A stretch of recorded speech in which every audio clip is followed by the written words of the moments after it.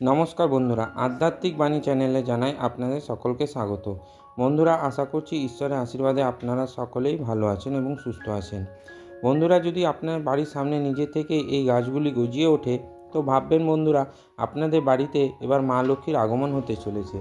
এই গাছগুলি আমাদের বাড়িতে ভালো সময় আসার সংকেত দেয়। যে বাড়িতে নিজে থেকে এই গাছগুলি জন্মায়, এর মানে সেই বাড়িতে এবার দরিদ্রতা নাশ হবে।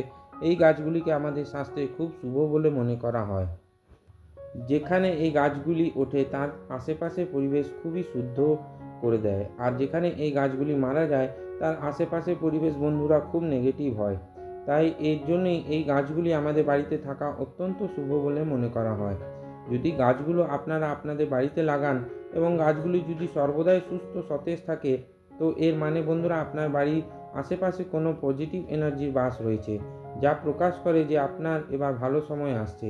তাই চলুন বন্ধুরা, এবার আপনারা জেনে নিন কোন সেই গাছগুলি।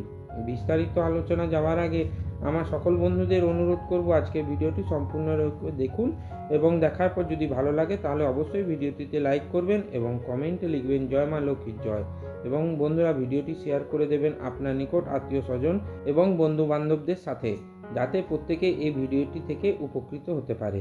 বন্ধুরা, অগ্নি পুরাণ অনুযায়ী ভগবান আমাদের ভালো সময় আসার আগেই গাছপালা, পশু পাখি এমন বিভিন্ন রকম মাধ্যমে আমাদের বিভিন্ন সংকেত দিয়ে থাকেন, কিন্তু আমরা না জানার ফলে বিভিন্ন রকমের ভুল করে ফেলি। তাই বন্ধুরা, এই নতুন বছর শুরু হওয়ার মুখে বা নতুন বছরে এই গাছগুলি যদি আপনাদের বাড়িতে নিজে থেকেই উঠতে দেখেন, তো বন্ধুরা এটি সংকেত দিচ্ছে যে নতুন বছর আপনাদের জন্য খুবই সুখময় হবে। 1 নম্বর, কলা গাছ। বন্ধুরা, কলা গাছে ভগবান বিষ্ণুর বাস। এই গাছ বাড়িতে লাগালে সমস্ত রকম দুঃখ দরিদ্রতার নাশ হয় এবং আমাদের দুর্ভাগ্যের নাশও হয়ে যায়। যদি বৃহস্পতিবার দিন এই গাছের গোড়ায় জল দেওয়া হয়, তো মানুষের দুর্ভাগ্যের নাশ হয়ে যায়। ভগবান বিষ্ণু অত্যন্তই প্রসন্ন হন। এর জন্য বন্ধুরা প্রত্যেক পূজা অর্চনা কলা পাতা বা কলা গাছ বা কলা ঘটে বা পূজার কাজে অবশ্যই দেওয়া হয়। যদি এই গাছ আপনিতেই আপনার বাড়িতে উঠে যায়, তাহলে বন্ধুরা এটি সাক্ষাৎ ভগবান বিষ্ণুর আশীর্বাদ মানা হয়। বন্ধুরা, যদি কোনো ব্যক্তি বাড়িতে অনেক দিন ধরে অসুস্থ রয়েছেন বা যদি কোনো ব্যক্তি আর্থিক সমস্যায় ভুগছেন, তাহলে তার মানে বন্ধুরা তার সমস্যা আর এবার তাড়াতাড়ি সমাধান হবে। নাম্বার 2, তুলসী গাছ। বন্ধুরা, ভগবান শ্রীকৃষ্ণ বলেন যে তুলসী গাছ অত্যন্তই পবিত্র হয়। যে জায়গায় তুলসী গাছ থাকে সেই জায়গায় কোনো রকমের নেগেটিভ এনার্জি বাস করতে পারে না, কারণ তুলসীতে সাক্ষাৎ মা লক্ষ্মী ও নারায়ণ ভগবানের বাস হয়। প্রত্যেক দিন তুলসী মায়ের পুজো অর্চনা করলে সেই ব্যক্তির সমস্ত দুর্ভাগ্য নাশ হয় এবং সেই ব্যক্তি বৈকুণ্ঠধাম প্রাপ্ত হন। তো বন্ধুরা, এই গাছ যদি আপনাদের বাড়িতে আপনা আপনি হয়ে ওঠে, তো খুবই শুভ বলে মনে করা হয়। এটি প্রকাশ করে আপনাদের বাড়িতে মা লক্ষ্মী প্রবেশ করেছেন। আপনাদের এবার দরিদ্রতার নাশ হবে। চাকরি অথবা ব্যবসাতে আপনাদের এবার উন্নতি অবশ্যই হবে। 3 নম্বর, অশোক গাছ।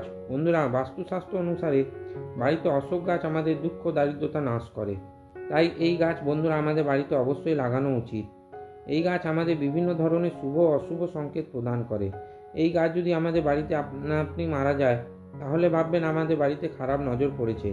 কিন্তু বন্ধুরা, এই গাছ যদি আপনার বাড়িতে আপনা আপনি উঠে যায়, তো ভাববেন বন্ধুরা আপনাদের জীবনে এবার খুশির দিন আসছে। 4, নিম গাছ। বন্ধুরা, নিম গাছকেও অত্যন্ত শুভ বলে মানা হয়। এই গাছ আমাদের বিভিন্ন ধরনের রোগ মুক্ত করে। এই গাছ আমাদের বিভিন্ন ধরনের রোগ মুক্ত করে। তাই এই গাছ যদি বন্ধুরা আমাদের বাড়িতে আপনা আপনি ওঠে, তাহলে বুঝবেন আমাদের জীবনে এই গাছ আমাদের বিভিন্ন ধরনের রোগ মুক্ত করে। তাই এই গাছ যদি বন্ধুরা আমাদের বাড়িতে আপনা আপনি ওঠে, তো বন্ধুরা বুঝবেন যে আপনাদের জীবনে আনন্দের সংকেত প্রদান করছে। 5, আকন্দ গাছ। বন্ধুরা, এই গাছ ভগবান শিবের অত্যন্তই প্রিয়। তাই যদি বন্ধুরা এই গাছ আমাদের বাড়িতে নিজে থেকে ওঠে, তো এটি বন্ধুরা মহাদেবের আশীর্বাদ প্রাপ্ত হওয়ার আমাদের সংকেত দেয়। বন্ধুরা, আজকের ভিডিওটি এই পর্যন্তই। আবার পরের পর্বে দেখা হবে। নমস্কার। বন্ধুরা, আজকের ভিডিওটি এই পর্যন্তই। আবার দেখা হবে পরের নতুন কোনো ভিডিওতে। ধন্যবাদ।